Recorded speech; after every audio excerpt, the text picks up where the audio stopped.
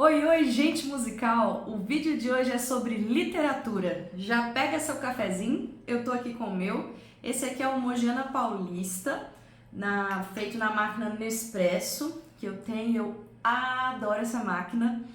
E ele é da Três Corações, a cápsula é uma cápsula roxinha. Eu acho esse Mogiana Paulista delicioso. Estão servidos?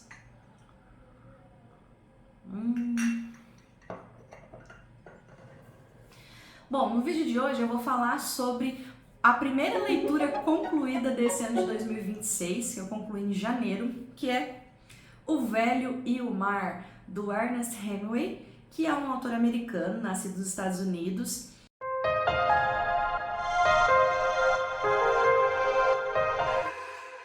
E eu ganhei esse livro de Natal da minha mãe, no último Natal de 2025. E já concluí logo em janeiro, pra vocês verem a ansiedade da pessoa em ler o clássico, né?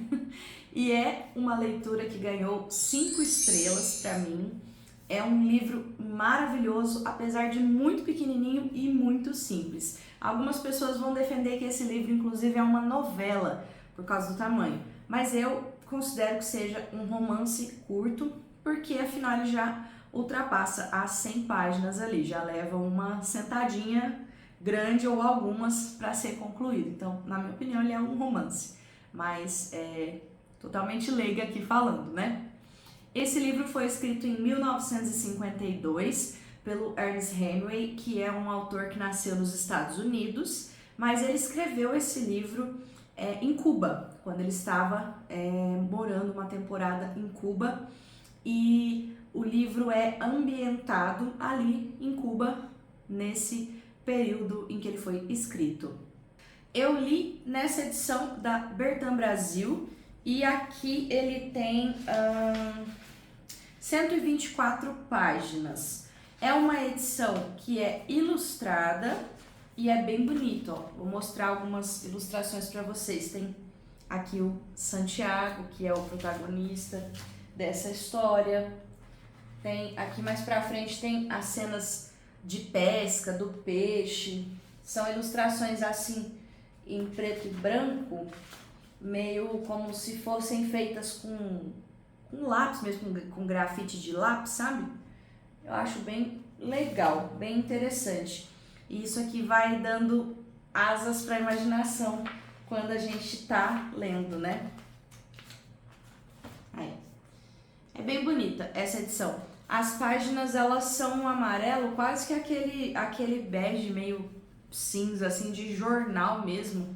E então é muito confortável, é bem gostoso de ler. São páginas bem fininhas, mas ao mesmo tempo elas são resistentes, são gostosas de ler. Então eu gostei bastante dessa edição aqui. Eu li, apesar da capa ser branca, levar o livro para cima e para baixo, eu acho que ele aguentou demais e vai aguentar aí muitas e muitas leituras pela frente.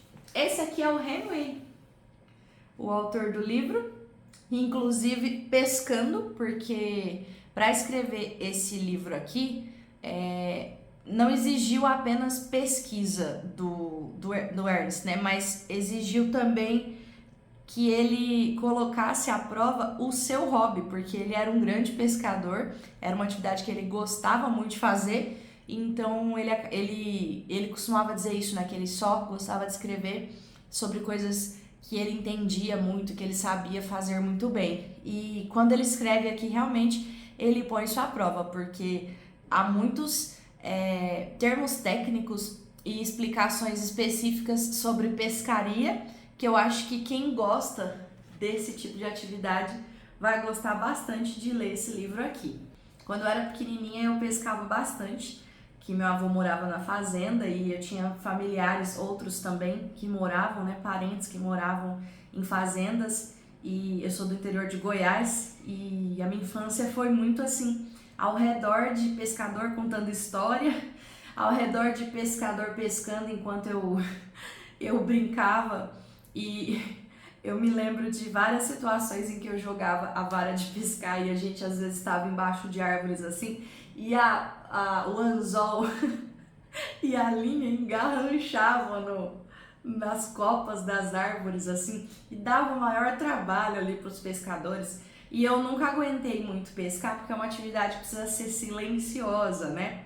E eu falo o tempo todo, não cala a boca. Então, eu acho que a pesca não foi feita para mim, porque eu acabava por espantar os peixes e irritar os pescadores.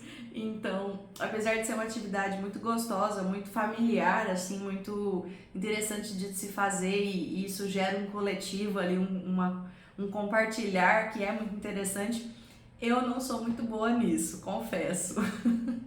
Esse livro tem como escola literária principal o modernismo norte-americano, com pequenos flertes de realismo. E ele é um livro considerado da geração perdida, que são aquelas pessoas do pós-guerra que viviam a vida como se não houvesse amanhã, porque afinal, as pessoas que presenciaram os horrores da guerra, depois que aquilo tudo acaba, o que é que sobra na alma dessas pessoas, né? E o Hemingway é um grande representante desse clubinho aí dos considerados geração perdida. Aqui também é muito forte aquele Iceberg Theory, que é uma teoria pela qual o Hemingway é muito conhecido. Se não me engano, isso surgiu com ele, inclusive, não sei se estou falando besteira aqui, mas ele é muito conhecido pelo Iceberg Theory, que é, imagina um iceberg, quando você olha por cima da água, você vê aquela pontinha, mas a gente sabe que o que está por baixo é muito, muito, muito maior do que aquela pontinha que a gente vê por fora. Então, na literatura, a metáfora seria isso. Ele escreve de um modo que o que você vê, o texto, o livro ali, é só aquela pontinha do iceberg ali, mas que na verdade isso esconde para baixo da superfície uma camada muito grande de significados e de coisas a mais que a história traz que não necessariamente estão escritas ali.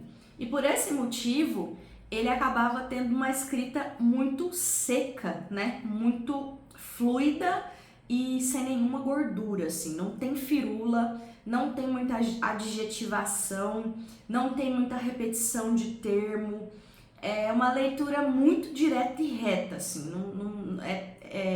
eu que sou uma pessoa muito prolixa, não consigo compreender como é que alguém tem um poder de concisão, que é isso que o Hemingway fez nessa história, assim, para conseguir entregar uma historiaça dessa com tão pouco, sabe?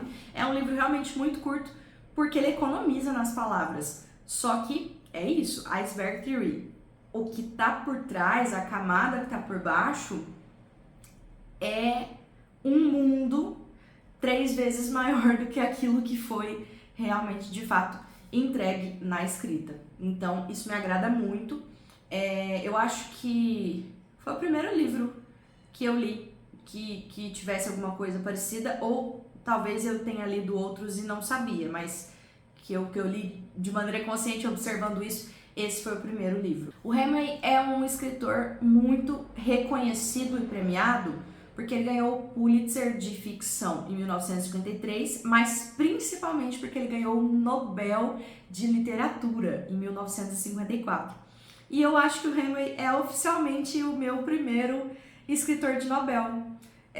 Talvez na minha adolescência eu tenha lido algum que eu não sabia sobre isso, né, sobre essa informação, mas eu acho que não. Eu acho que o Hemingway realmente foi o meu primeiro Nobel de Literatura.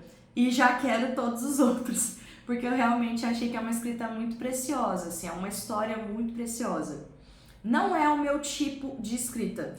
Eu sou do Machado de Assis, da firula, do exagero, eu sou dessas, mas me agradou muito, contra as expectativas. Eu imaginei que eu não fosse gostar tanto, mas me agradou demais.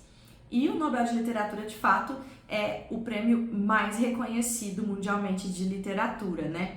É um prêmio que eu acho que todos os grandes escritores, se não ganharam, sonharam com, né? Eu costumo dividir as minhas leituras em pequenos eixos temáticos, porque tem questões na minha vida que elas são perenes, né? Elas não passam. Eu tô sempre pensando, eu tô sempre pesquisando, isso tá sempre se ressignificando.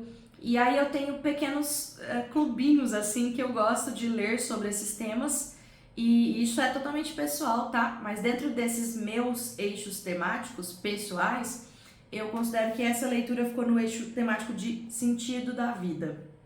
Porque, de fato, a trajetória do velho, do Santiago, né, que é o protagonista dessa história aqui, ela é uma coisa que, para quem já passou por algum tipo de perda de sentido na vida, tem absolutamente muito a aprender com essa história e com essa trajetória, porque eu acho que ele vai ressignificando e vai passando por cima, e é resiliência em cima de resiliência, e a dificuldade superada em cima de dificuldade superada, e esse é o Santiago. Então, eu acredito que no questionamento de sentido da vida, esse livro aqui tem bastante a oferecer. Bom, vamos falar agora um pouquinho sobre a história, né? Como eu já disse, Santiago é o velho, ele é o personagem principal, um pescador, e a história vai girar em poucos dias que ele ficou no mar, em alto mar, pescando sozinho com a sua canoa, tentando, na verdade, pescar um peixe teimoso gigantesco que era maior que a sua canoa, e ele não conseguia, e ele passou dias sem dormir, sem comer, sem se mexer, sem sair da posição ali, pelejando com esse peixe. E depois que ele consegue finalmente pegar esse bendito desse peixe, que deu tanto trabalho, ele precisa lutar em alto mar com os tubarões para não perder esse peixe. A história é isso, gente, é seco, é direto ao ponto, é isso. E eu confesso que todas as vezes que eu tinha ouvido já falar sobre esse tema, ou resumo da história, eu pensava assim, mas por que essa história é tão grandiosa se é isso, sabe? O que é uma história dessa pode guardar? Gente, vocês precisam ler isso aqui para entender, porque a camada simbólica, o que carrega por trás da vida do Manolin, de como ele enxerga o próprio mar, a natureza, das suas lutas internas, da grande amizade que ele tem com o menino, que é o Manolin, que é uma amizade lindíssima. O Manolin cuida dele, e o Manolin é um querido, gente, ele é aquele garoto que eu acho que toda mãe sonharia em ter um filho, sabe aquele rapazinho, aquele gentleman assim, bem educado, querido. Ele é um amor, assim, eu fiquei apaixonada no Manolin, porque ele é um rapazinho beleza mesmo, bacaninha ele. E esse livro, com essa pequena história, vai falar sobre dificuldade, pobreza, sobre não desistir, sobre ir adiante, até, de certo modo, sobre etarismo também, sobre solidão, sobre memórias e passado, sobre história de pescador, sobre a pescaria, que eu acho que é o grande objeto aqui, sobre o mar. Tem uma coisa muito interessante nessa história, é que em espanhol o termo o mar é um substantivo masculino e deveria ser el mar, né, em espanhol. Mas os pescadores ali dessa região, da aldeia onde vivia o Santiago, inclusive o Santiago, chamam o mar de la mar, no feminino e não no masculino. E o Santiago diz que quem chama o mar de el mar são aqueles pescadores modernos que têm lanchas com motores e que têm tecnologias para pegar seus peixes, e grandes iscas e grandes coisas, o famoso pescador Nutella, né? E que os pescadores raiz, da simplicidade, da rede, do manejo, da técnica, do saber fazer o pescar na mão, ali na unha, esses pescadores tratam o mar de la mar.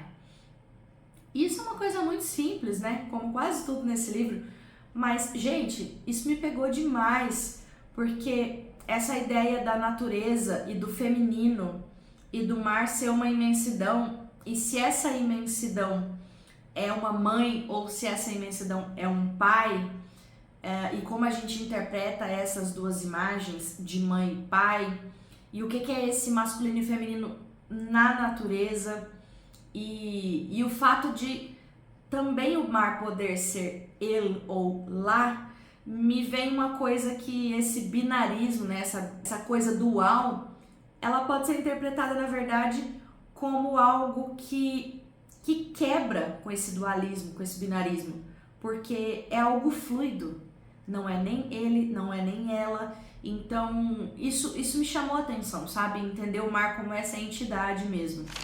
O velho pensava sempre no mar como sendo la mar, que é como lhe chamam em espanhol quando verdadeiramente o querem bem. Às vezes aqueles que o amam lhe dão nomes vulgares, mas sempre como se fosse uma mulher. Alguns dos pescadores mais novos, aqueles que usam boias como flutuadores para suas linhas e têm barcos a motor, comprados quando os fígados dos tubarões valiam muito dinheiro, ao falarem do mar, dizem el mar, que é masculino. Falam do mar como de um adversário, de um lugar ou mesmo de um inimigo. Entretanto, o velho pescador pensava sempre no mar no feminino, e como se fosse uma coisa que concedesse ou negasse grandes favores. Mas se o mar praticasse selvagerias ou crueldades, era só porque não podia evitá-lo. A lua afeta o mar tal como afeta as mulheres, refletiu o velho. Essa reflexão da masculinidade sangrenta, violenta e da delicadeza feminina, apesar de ser um estereótipo, isso é muito coerente com o restante da obra do Hemingway, porque ele está sempre escrevendo sobre coisas muito masculinas, muito macho alfa, né? Torada, arma, guerra, briga, peixe, é só coisa masculina. E essa ideia do que é o masculino, do que é o feminino aqui, apesar de estereotipada, é muito bem construída. E essa personificação da natureza acontece aqui no livro diversas vezes. Então, assim, é um livro muito rico, é uma leitura que eu acho que, assim, num dia que tiver um dia bonito, de feriado, um domingo, um fim de semana, você pega um cafezinho como esse aqui,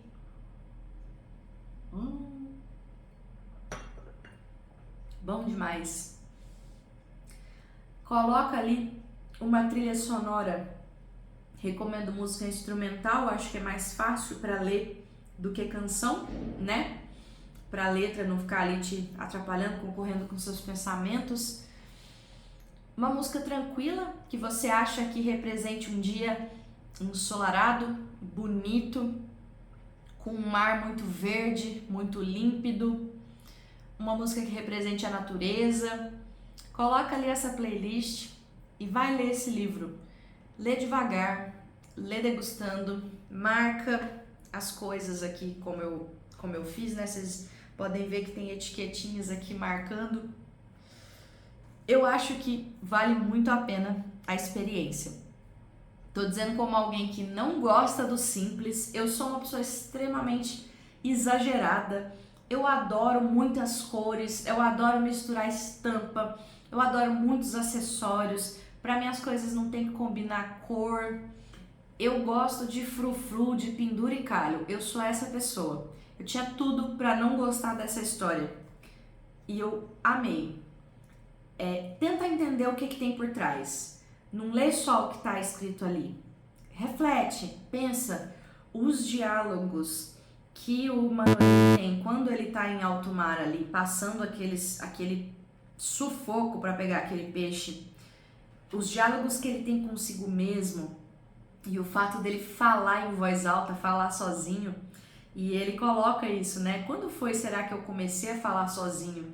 E essa coisa da solidão, da velhice, me fez muito pensar. Eu também tenho esse hábito de falar sozinha. Eu acho que isso é coisa de gente doida, mas quem não é um pouco doido? Quem não faz isso, né? Isso tem a ensinar muito pra gente, sabe? Eu gostei demais dessa história. Eu vou ler aqui pra vocês algumas frases que eu destaquei no livro, que são frases, assim, que eu acho muito boas. A primeira é quando ele está descrevendo as características físicas, para você imaginar como que é o velho. O velho pescador era magro e seco e tinha a parte posterior do pescoço vincada de profundas rugas. As manchas escuras que os raios do sol produzem sempre nos mares tropicais enchiam-lhe o rosto, estendendo-se ao longo dos braços, e suas mãos estavam cobertas de cicatrizes fundas causadas pela fricção das linhas ásperas enganchadas em pesados e enormes peixes. Mas nenhuma dessas cicatrizes era recente. Tudo o que nele existia era velho, com exceção dos olhos, que eram da cor do mar, alegres e indomáveis. Gente, se isso não é uma senhora de uma descrição, eu não sei o que é. Se você não conseguir enxergar esse velho na sua frente agora, eu não sei mais o que fazer pra você enxergar um velho na sua frente agora. Essa coisa do olho dele falar daquela coisa rústica, e essa frase onde ele fala que nenhuma das cicatrizes era recente, aqui é muito, muito significativa, porque o Santiago estava há 84 dias sem conseguir pescar nenhum peixe. Gente, vocês têm noção disso? Era o ganha-pão dele, ele estava passando fome. Ele estava há 84 dias sem pescar nenhum peixe, nem para ele comer, nem para ele vender para subsistir. Então, assim, é uma miséria, é uma rusticidade, e quando descreve a cabana onde ele morava, você consegue perceber a pobreza mesmo, a dificuldade que era a vida daquele homem. Mas isso dos olhos, apesar de tudo, os olhos, lindo, lindo, isso aqui me pegou muito. Outra frase que eu gosto demais, quer ver? Essa frase aqui, ó. Ele tá falando sobre a situação de ter que matar o peixe, porque uma coisa muito interessante desse personagem é que ele não mata por gosto, ele não pratica pesca predatória, inclusive é muito contra isso, e fica também essa reflexão na história sobre o ato de pescar e a dignidade que há nessa atividade, ou a indignidade, o que faz isso ser digno ou não. E a pesca predatória é um grande problema, né, que a gente tem hoje ambiental, há muito tempo, na verdade, né? Mas aí ele tá falando sobre, lamentando por ter que matar o peixe, né? Aí ele diz: mas tenho de matá-lo, murmurou o velho, em toda a sua grandeza e glória, embora seja injusto, mas vou mostrar-lhe o que um homem pode fazer e o que é capaz de aguentar. Eu disse ao garoto que era um velho muito estranho. Agora chegou a hora de prová-lo. E aí, olha isso aqui. As milhares de vezes que já o demonstrara, ou seja, que ele já tinha provado que ele era um grande homem, né? Que ele era um velho muito estranho. As milhares de vezes que já o demonstrara não significavam nada. Agora ia prová-lo de novo. Cada vez era uma nova vez. E quando o estava fazendo, o velho nunca pensava no passado. Gente, então assim, sabe aquele trem de você mergulhar no pote, até o pote derramar, transbordar e não ter para onde ir, o pote esvaziar e você, sabe, aquela coisa de fundo, cada vez é uma nova vez. Então eu sou uma pessoa que tenho muito problema na minha vida com o erro, sabe, com aceitar o erro. Porque eu sou alecrim dourado, não posso errar. Eu tenho um problema, assim, por exemplo, se eu vou fazer um show e eu erro uma letra, erro um acorde, erro uma música ali no meio da performance, eu fico danada comigo, eu lido mal com isso. E aí quando ele fala, cada vez era uma nova vez, isso me traz uma sensação de reconforto e de alento tão grande, porque cada vez é uma nova vez, sabe? Se você errar ontem, na próxima vez já é uma nova vez, tá tudo bem, você faz de novo. O erro de amanhã não significa, o erro de ontem não significa nada ali no amanhã, porque você pode deixar de errar no amanhã, né? E ao mesmo tempo, se você fez alguma coisa maravilhosa no passado, vai lá e faz de novo, porque cada vez é uma nova vez. E não é que as coisas que a gente vai vivendo na vida, elas não vão construindo, né, alguma coisa.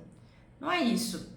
Mas eu acho que é sobre a gente ter resiliência de entender que quando é muito bom não é o fim do mundo, então pode ser melhor, mas quando é muito ruim não é o fim do mundo, ainda pode ser melhor.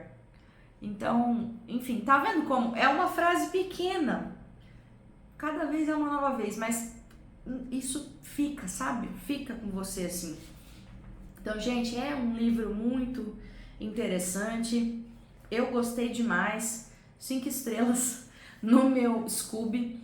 Quem quiser me seguir lá no Scooby tem resenha do livro e eu compartilho as minhas leituras sempre lá, falo uma frasinha ou outra enquanto eu tô lendo as coisas e costumo sempre fazer uma pequena resenha quando eu termino de ler.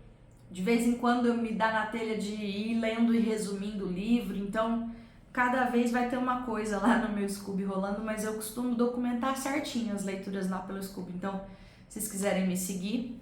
Tem um personagem muito importante também, porque eu falei do Manolin, falei do Santiago, falei do próprio Mar, que ele funciona aqui como um personagem dentro da história, mas é também o Peixe, que é um espadarte, né, o marlim azul.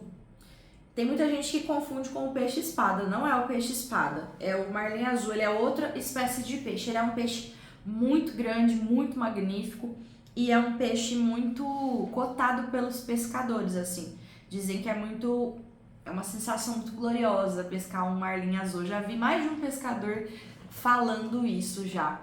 Eu não sei se por causa da história que criou isso ou se realmente isso já existia antes, mas o marlim azul aqui, ele também é um personagem dentro dessa história, porque apesar dele não falar, você vai acompanhando ali naquele alto mar as mãos do Santiago sangrando e o peixe resistindo, e você vê também a resiliência do peixe, a força da natureza. Então, apesar de ser um livro de um personagem só, ele não é bem um livro de um personagem só, porque o Manolin, ele é muito importante no começo e no final da história, que são os momentos em que ele aparece, e durante a história ele tá sempre no pensamento do Santiago, então ele é importantíssimo. E o mar e o peixe e a própria natureza, até eu diria, são personagens aqui também importantíssimos dentro dessa história. E eu acho que a minha frase favorita do livro inteiro é essa aqui, ó. Gostaria de ter uma pedra para afiar a faca, disse o velho depois de examinar os nós da ponta do remo. Devia ter trazido uma pedra. Sim, você devia ter trazido muitas coisas, pensou. Mas não as trouxe, velho. Agora não é o momento de pensar naquilo que você não tem. Pense antes no que pode fazer com aquilo que tem. Gente,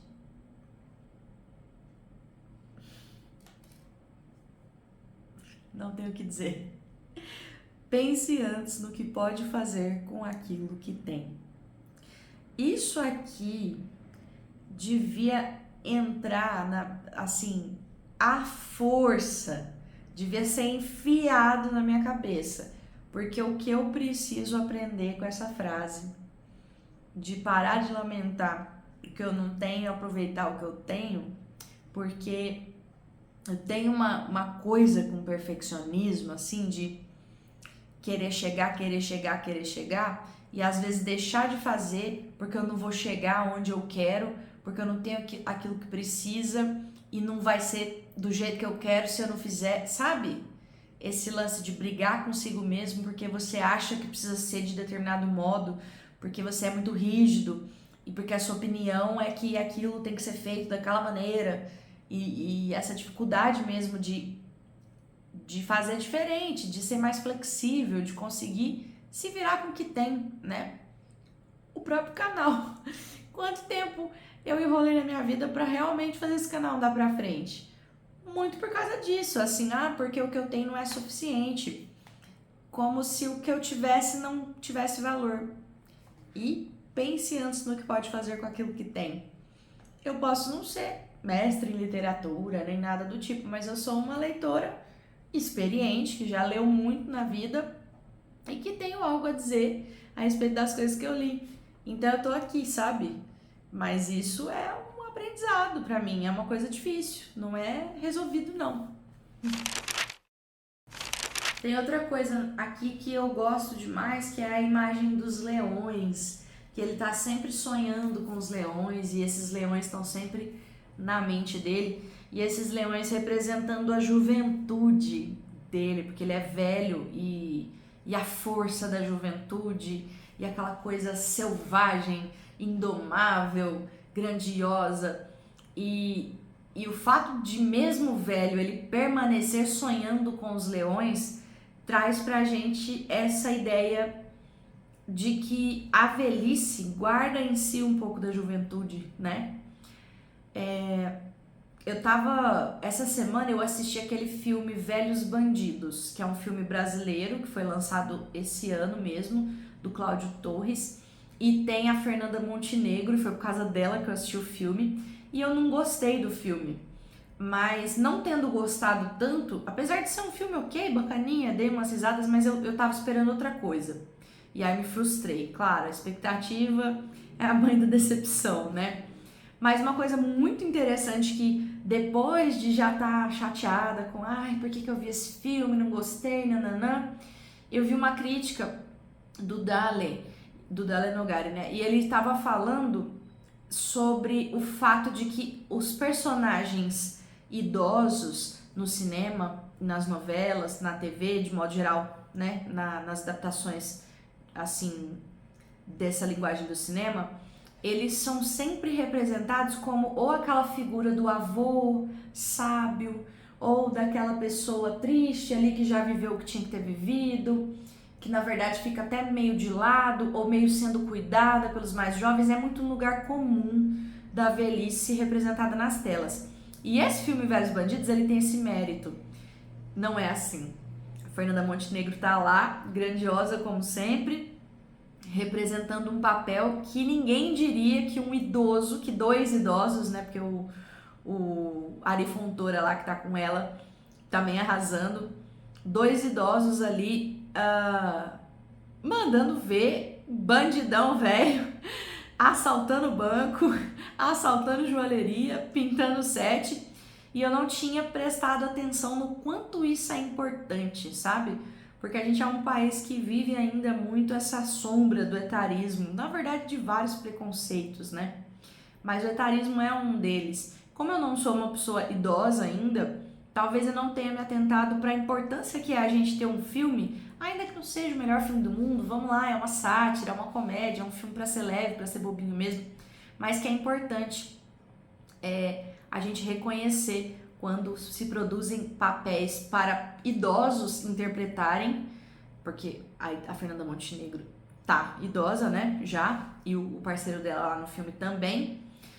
E quando dão papéis para esses idosos representarem que não seja aquele lugar comum do idoso limitado, ou do idoso triste, ou da pessoa que já findou a vida, sendo que não findou, tá vivo, né? E esse sonhar com os leões aqui do Santiago me fez pensar muito nisso, né? Todo velho guarda em si um pouco da juventude que ele foi, né? Última dica que eu vou dar sobre esse livro são duas adaptações que eu assisti depois de ter terminado a leitura. Uma delas é O Velho e o Mar, é uma animação de 1999, dirigida pelo russo Alexander Petrov, e essa animação ganhou o Oscar de melhor animação no ano seguinte, no ano 2000. E assim, gente, é uma animação linda, linda, linda, linda de viver. Se você gosta de pintura aquarelada, na animação a sensação que a gente tem é que a aquarela ganha vida e as coisas, as cores são fluidas, as linhas não são muito bem demarcadas, então fica aquela coisa meio fumaçante assim, sabe? E, nossa, é lindo, lindo, lindo mesmo. Representa bem direitinho o que é a história, que é uma narrativa muito simples, mas eu acho que essa beleza, a calma, a escolha exata de quais diálogos entraram, a representação dos símbolos nos desenhos, por exemplo, tem os leões, as girafas e os elefantes para rememorar aquele tempo que o velho era jovem e era marinheiro de um navio que navegava nas águas da África, e é uma sensação de que ele tá sonhando acordado e que você entrou dentro do sonho dele e tá assistindo aquilo ali na animação. É uma animação muito preciosa, feita com muito cuidado, tanto que ela ganhou o Oscar, né? Foi reconhecida. Então, essa é a minha primeira indicação. Tem disponível no YouTube, de graça, é só clicar e assistir. Vou ver se eu lembro de deixar aqui na descrição do vídeo para quem quiser assistir. É uma animação bem rapidinha, vale a pena demais. E a minha segunda indicação é o curta O Pescador, uma homenagem a Ernest Hemingway. Essa é uma produção brasileira, com direção de Tahia Makhlouf, eu não sei se é assim que se pronuncia, e o mais interessante é que esse curta foi adaptado para o dia a dia indígena, inclusive os atores que aparecem no vídeo são indígenas. E é um trabalho muito interessante de trazer aquela atmosfera que aqui na ambientação do livro é tão cubana para... Mas e se o velho mar acontecesse no litoral brasileiro? E é bem bonito, a gente vê que é uma animação feita com muito cuidado, com muito carinho e por pessoas muito simples, um jeito de filmar muito simples, mas muito bonito, uma narrativa muito bem construidinha, assim. Eu gostei bastante de ver esse curta e eu acho que eu nunca tinha visto nenhuma adaptação cinematográfica que foi feita por indígenas. Eu achei interessantíssimo, já quero procurar mais desse universo. Eu tenho tentado ler coisas desse universo, mas eu nunca tinha assistido nada em que a produção foi feita pelos indígenas, né? Acho que eu já tinha até assistido coisas onde indígenas atuam, mas onde as pessoas indígenas produzem o material, eu acho que eu nunca tinha assistido. Então fica aí essa dica de cinema brasileiro para vocês assistirem. Também tem de graça aqui no YouTube, aberto, é só clicar e assistir. Vou ver se eu lembro de deixar na descrição. A minha próxima indicação são 3 adaptações diretas da história que eu ainda não assisti, mas vou deixar aqui de dica caso vocês queiram. E se por acaso eu assistir e achar que é muito magnífico, eu posso vir aqui falar novamente com vocês no futuro. A primeira vou ler porque eu não sei de cor, tá, os nomes dos diretores. A primeira é O Velho e o Mar, de 1958, é a direção do John Sturges, e essa é muito interessante porque quem fez o roteiro foi o próprio Hemingway, então eu tenho bastante curiosidade de ver, porque se passou pela mão dele, com certeza ele não ia deixar que deturpassem, né, essa história. E é uma das animações, não é animação, desculpa, é uma das adaptações mais reconhecidas. Eu acho que é a mais famosa, a que ficou para a posteridade foi essa, de 1958. Ela ganhou o Oscar de melhor trilha sonora original na cerimônia de 59. Então essa é a que eu tô mais ansiosa, eu com certeza irei assistir essa. A outra dica é O Velho e o Mar, de 1990, com direção de Jude Taylor. E a outra é The Old Man and the Sea Return to Cuba, 2018, por Matt Dean. Essas são as 3 adaptações diretas que eu ainda não assisti, mas gostaria. Com certeza a do Oscar de 59 irei assistir. Existe mais um filme que ele não é uma adaptação direta da obra, ele é literalmente uma adaptação. Foi utilizada aqui a ideia central, mas ela foi mudada, que é o filme Shaul, é S-H-A-L, Shaul, não sei se é assim que se pronuncia, de 2012, com direção do Ermek Tursunov, não sei se é assim que se pronuncia também. Nessa animação a gente vai ver a mesma história aqui do Santiago com o peixe, lutando com o peixe no mar. A gente vai ver um pastor enfrentando lobos. Provavelmente esses lobos aí querem comer as suas ovelhas. Enfim, dá para imaginar bem uma adaptação nesse sentido. Eu tenho curiosidade também porque ela foi inspirada nessa história do Velho do Mar. Bom, essas são as 4 indicações cinematográficas da obra. Agora eu vou deixar 4 indicações musicais para vocês ouvirem, que são músicas que eu acho que refletem bem essa atmosfera marítima, solitária, imensa, que é o Velho Mar. E as 4 músicas são O Velho Mar, do Rubel, Suíte dos Pescadores, do Dorival Caymmi, Os Argonautas, do Caetano Veloso e O Velho Homem do Mar, do Roberto Carlos. Acho que essas 4 músicas conseguiram, cada uma à sua maneira, Sabe quando você assiste uma abertura de série e você imediatamente é trazido de volta para dentro da série? Eu acho que essas músicas elas fazem isso comigo em relação a essa história. Quando eu ouço essas músicas, eu sou trazida direto para dentro dessas histórias que tem nesse livro aqui de novo.